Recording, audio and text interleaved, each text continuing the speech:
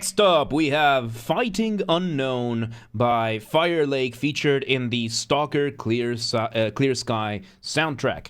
Once again, everybody, this is a Basterd's LFA number 450. Can you imagine? Can you believe that? 450 already.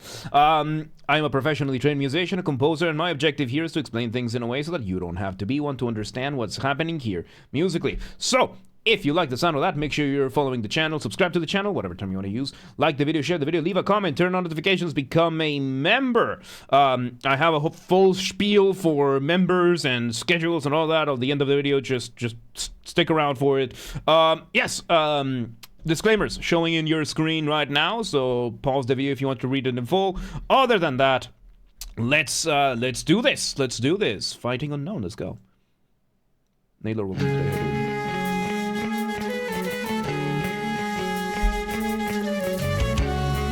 Okay, so this is probably going to be a band with a song. We start with two elements mainly, three elements. We have a drum giving us a initial semblance of a beat. Then we have a guitar giving us a very nice guitar riff. And then we have a flute on top of it, giving us our initial motif. So the motif being the smallest version of your musical idea, the seed, the essence from which everything else comes from. Now, a riff is going to be slightly different than that. So a riff is usually going to be composed of a motif with an ostinato. Ostinato is going to be just repeating something over and over and over and over and over again, and then it's going to be played on either a guitar or a bass or whatever contemporary instruments for a modern day band we might have. So we have that going on. Let's see where it goes. We'll see if this is a song or not. Oh, bass and drums. We bring a nice. Okay, so we bring in an electric guitar. So I think the riff here might be played on a bass. It could be played on a bass, or it's being played on a second guitar. It sounds a little too chunky to be a guitar, so I think it's the bass on the higher end. It might be on the higher end that we're having that, so that's technically a riff/bass line going on. Then we bring in another guitar playing what we would call power chords. Power chords are probably the simplest version of a chord that we've ever had. They are fairly ambiguous and they are very easy to play. A power chord is comprised of two notes, root and fifth. So when you have your what is root, what is fifth? In music, we use scales, and all scales derive from the chromatic scale, at least in the West. The chromatic scale is all 12 tones of the scales that we have, tuned at 440 hertz for A. This is going to be, oh, by the way, this keyboard I've had the whole time. It's even animated. You can even see the keys that I'm playing. I've had the keyboard plugged in the whole time. I've had this thing installed the whole time. I legitimately forgot that I had it. We are 450 LFAs in.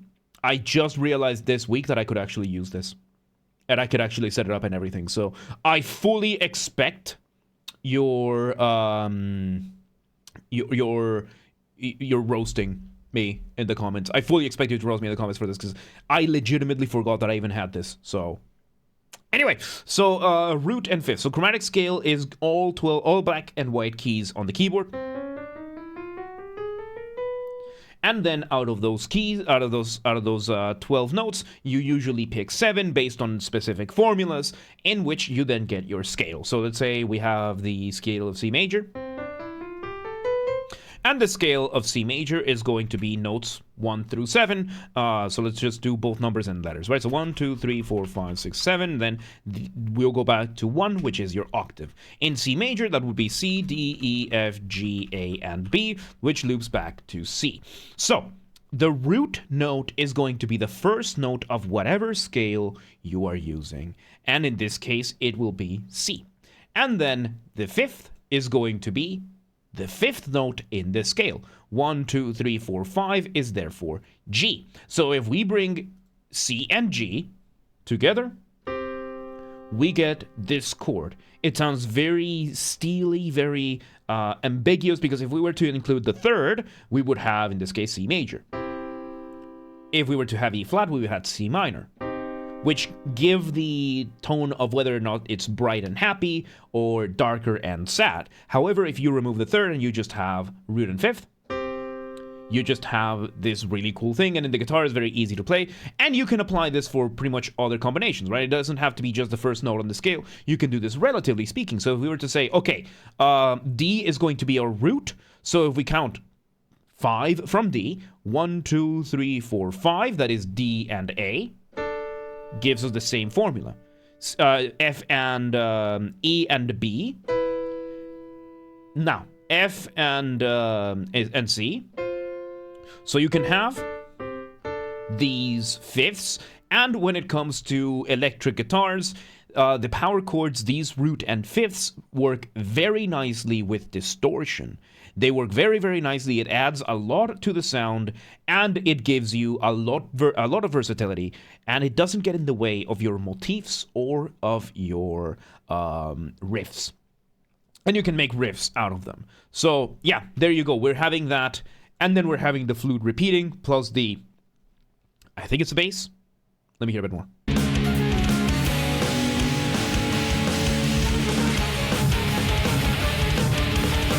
New version of the motif.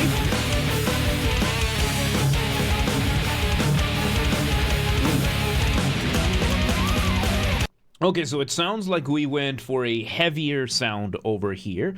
No, I don't like tea. So, I don't like coffee either. I don't drink either. So, I mean, I do like coffee enough. I just haven't drunk it in a while. I've never had tea, so I can't say I don't like tea. I've just never had it. So, now we did a brief moment of speeding things up. We brought a faster version of the motif, variation of the motif as well, where this flute sounded more like a solo than it did motif, which is a lot more versatile in those sense. So let's see. Yep, so we're basically probably stronger. Yeah, my caffeine intake at most is Pepsi. You know what I do? I sleep well. That's what I do. That's how I don't consume caffeine as much. So yeah. And let's see. So now we have the second version of the motif. New version. So yes, now we're having the guitar with the electric guitar, drums, and I think there's a bass behind this. And now we have brought in our first flute solo. So, when you're making music, you want to keep a very careful balance between what is familiar and what is new. Too much familiarity, too much repetition, too much of the same thing. You risk boring the listener, they tune out. Too much new material too quickly, you risk overwhelming the listener, they tune out. There is one universal exception, which is solos. If a solo is cool enough, you can do whatever you want as long as it fits enough. So right now we're having this flute solo. Let's see where it goes. Oh, and it's doing a variation of the motif. So it's doing a variation of the motif. So it's kind of a solo, kind of not, because we are doing a variation of the motif while we are playing the electric guitar. It's a very strong contrast. It's a very, very strong contrast, which fits the world of S.T.A.L.K.E.R. If you've never played S.T.A.L.K.E.R, it's... I love putting it this way. It's what Fallout would be if it was written for adults. It's a very dark, gritty... No, it's what Fallout would have been if it was written by Eastern Europeans, which is what it was. It's based on novels, as far as I know. Really, really good. The second one came out last year. It's really good. It's a really, really good game. Very much survival. Very, very gritty in those things. Very, very, very gray in that sense, with some very beautiful moments in between. So having that contrast of the very clear, lovely flute with the more gritty, or lovely flute, like the more free soul of the flute with a very gritty guitar, it fits the tone of the game. It fits the tone of the game because musically, this is not the best combination right now, but in the game, this makes sense. In the game, this fits the tone. Let's see where this goes. What game did you spend like that? No, that was Path of Exile. Path of Exile last year, I spent 1,006. I did 1,000 hours in 6 months. That's very different. That's very different. I played, yeah, I was playing while I was in a full-time job, while I was also streaming, while I was also going out with friends, that kind of thing. I don't know how the hell I did it. But yeah, it was Path of Exile. That one, very different. Very different. So yeah, let's see where this goes. So we're repeating the sprays again. Drum fill. And we are now doing two things. We changed the riff in the lower guitar to something a little bit different, with the drums changing the rhythm as well. And now the flute has engaged in sequencing. So, sequencing being a way that you can develop your motifs.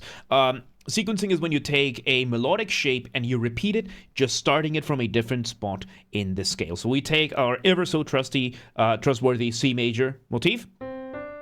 And if we take the C major motif and we play the same shape from a different starting point, let's say a note above, so in D, then an E, now we're sequencing it. And we can do this going downwards as well. We can do leaps with this. You can do a bunch of different combinations with sequencing alone, which is very useful to help you develop your material. And then you can add inversions, you can add retrogrades, there's so much you can do. And right now what we've done is that we've had the flute repeat, do a bunch of repetition of the motif, and now we're doing that same thing, just we're sequencing it downwards. So it works. Let's see where it goes.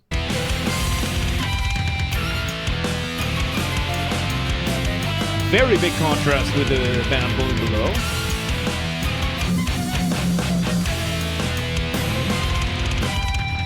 And the band below was also doing a little bit of accents at the same time. So accents in music, accents is when you accentuate. It's not for figuring out whether or not if somebody's from Australia or New Zealand or anything like that. It's for accentuation. Accentuation being when you highlight specific points in the rhythm outside of the established beat. So the moments where the drum is doing its little fill over there with the guitar, pam, pam, pam, pam, pam, that's more of an accent than anything else, which brings just more contrast. So it brings us a little bit more contrast, a little bit more freshness, and keeps things fresh and going. Let's see where it goes.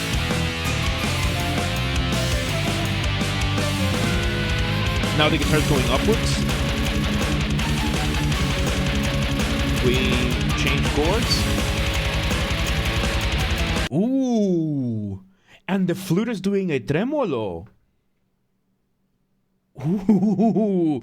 Okay, so two things have happened over here. One, several things. One, we have brought a new version of the motif, which includes a tremolo in the flute. So a tremolo, when it comes to the techniques, because there's the tremolo in the guitar, which is a separate thing. Tremolo is when you play a note repeatedly the same. It's a little bit difficult to do in the piano, but it's basically... It's basically rolling your R's, kind of thing. Yeah, it's very difficult to do in the keyboard. Yeah, I can't. I'm not a keyboard player. I'm not a piano player. So we have that. When you're doing it in the flute, you're rolling your R. You're rolling an R while playing it. It's a very, very cool thing to do. We're doing that while the guitar and the guitar has modulated, engaged in modulation, which is you change from one set of chords to another set of chords, and the drums have also changed a little bit to one of the previous beats we had before. Let's see where this goes. Yeah, the drums have gone up in rhythm. It's so interesting because this sounds like black metal with a flute on top. If you were to replace the flute with some, like, screams, this would be black metal through and through. The tone fits and everything. It's a very interesting contrast between the flute and the guitars there.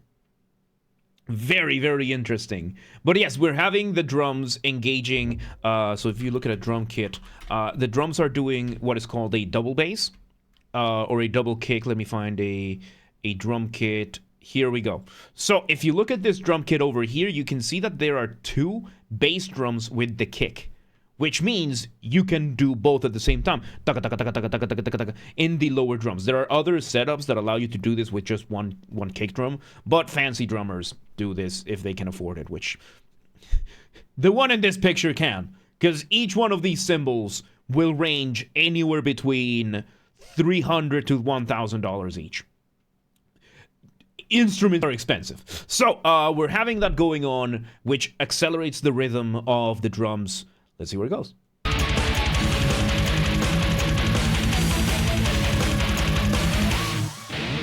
Ooh. Okay, so we were having... So yeah, I figured that the tremolo was happening, and then at the tail end, we were doing a short version of the motif. Now we are engaging in recapitulation. Recapitulation, which is we're just redoing material that we did before. Sorry, that was my computer.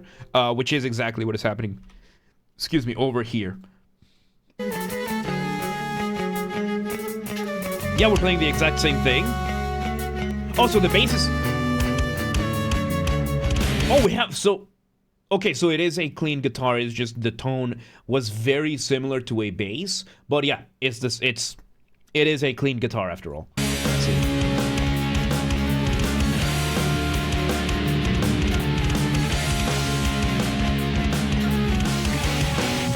I think the flute is a little bit different here.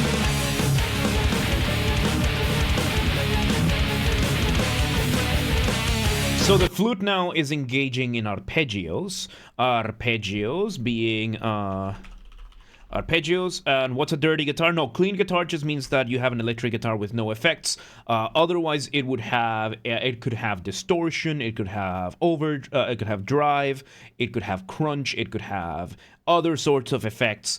Clean guitar just means that there are no effects going through it. And after that, it's just anything else. A dirty guitar would be, well, a guitar that needs to be cleaned up. That's very different. So arpeggios is when you play a chord one note at a time. So let's say we have a C major chord. That's a block chord I just played. And now arpeggio. We're just playing one note at a time, which gives your chords a more melodic shape rather than just being the harmony. It gives more dynamic, a more dynamic approach to that kind of thing. It gives it more motion. And we're now having the flute doing that. The flute sequenced it downwards. Let's see where it goes. Because I think it was the same the first time around. Fill in the drums. We repeat. Guitar playing that very nice guitar riff. And the flute engages in a quick glissando to go from one octave to another. So glissando is usually a slide of some sort. So when it comes to a piano, a glissando is just... You're just playing the notes, and in this case, what the purpose of the glissando was to go from going down here, so that you can change octaves very easily and give yourself a nice transition. I think it just repeats, doesn't it? Nope. Okay, so we go for a more technical version, and at certain points we are having the whole band playing in line. We're doing a new version of the motif. Let's see where it goes. Ooh, tremolos, nice. Clean guitars, introduced as well. At the very end, we repeat the whole thing. Interesting drums. Very unstable drums there. And we fully embrace the acoustic guitar, the clean guitar. So now we're giving a little bit more focus. We've toned down the motif a little bit. We toned down the flute a little bit. It's insane how much music is being done by, what, 5 instruments? We have the electric guitar with distortion, the clean electric guitar, the flute, bass, and drums. 5 layers. I mean, if we don't count the individual parts of the drums as individual layers. 5 musicians tops is what this would be. Interesting. Let's see. Let's see. So we slow everything down. We're still playing the same chords. Oh, in comes the distorted guitar to replace the acoustic, the arpeggios in the clean guitar. We bring a musical break. Adam, welcome today. How you doing? Okay, couple of runs there. Very nice. So yeah, right now we take a brief break from the motif. The riff now resembles a little bit the motif. It resembles it a little bit. Not fully, it's not the full motif, but it has enough of the motif here that it satisfies the motif's presence in this. Let's see what it does. Very interesting end there with those runs. Let's see. Ooh, very fast. And we speed up the drums again. New version. How are we gonna end this? That's 20 seconds left. Because we're doing a similar end to what we did before. How are you gonna end this?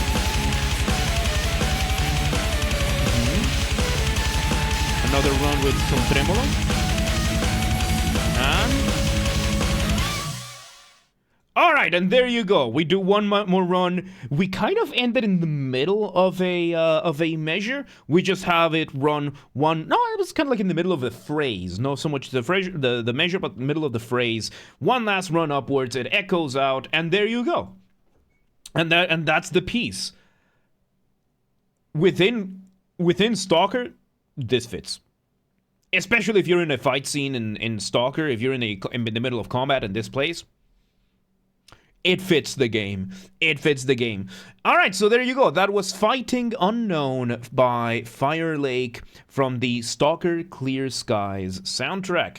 Once again, everybody, this has been a Basterd's LFA, a layman-friendly analysis. I'm a professionally trained musician and composer, and my objective here has been to explain things in a way so that you don't have to be one to understand what has happened here musically.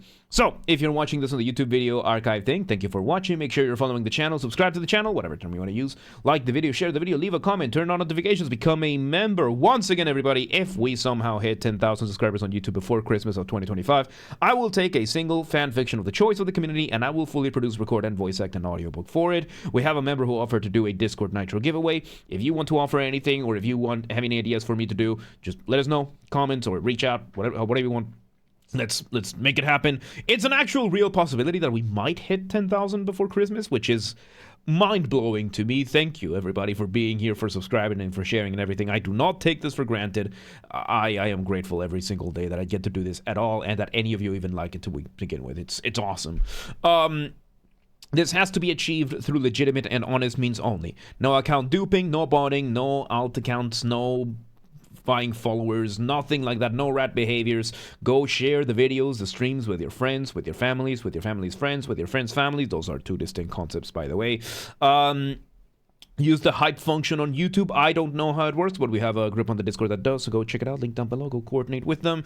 Artists, FireLake or any other artists on YouTube, if you want to collaborate with me, whether it is musically or in any other way, if you want some of my guitars, or if you want some Mongolian throat singing for your stuff, you know, the good old kind of thing, or voice acting from me, or singing, or anything, just reach out, let me know, and we will make it happen. If you're in the audience and you know any artists that could benefit from it, let them know. Please do not harass anyone. Please do not stalk anyone. Do not stalk anyone. Do not spam anyone. Don't be a rat. Members get early access to the content. I schedule the videos for the week on Saturdays, and if you're a paid member on YouTube, regardless of the tier that you're in, you get access to the videos when I schedule them, at least for the LFAs. So become a member today. If you want to listen to this without me interrupting every 3.5 seconds, I will be linking it in the description down below. If you want to request a song and you're not on the live stream, Yes, check the pinned message. So if you want to request a song and you're not on the live stream, check the pinned comment on this video. It has the instructions on what to do.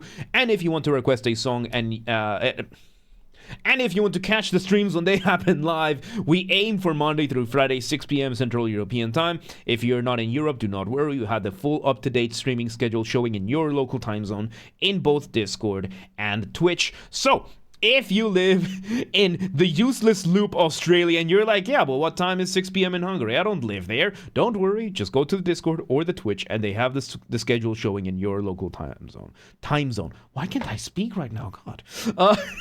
And follow the gaming channel. I have a gaming channel because, of course, I have a gaming channel. I'm on YouTube. What else could I possibly have? Games are Basterd. That's where we put the gaming after show recordings when they happen. They could record on the main channel, and then the recordings go on the gaming channel. Link down below. Or just search on YouTube as the same username as James R. Basterd. Just up the J for a G, and you got it. And yeah. There you go. Fighting Unknown, FireLake, STALKER. Man, that was good stuff. That was good stuff. But yeah, let's move on.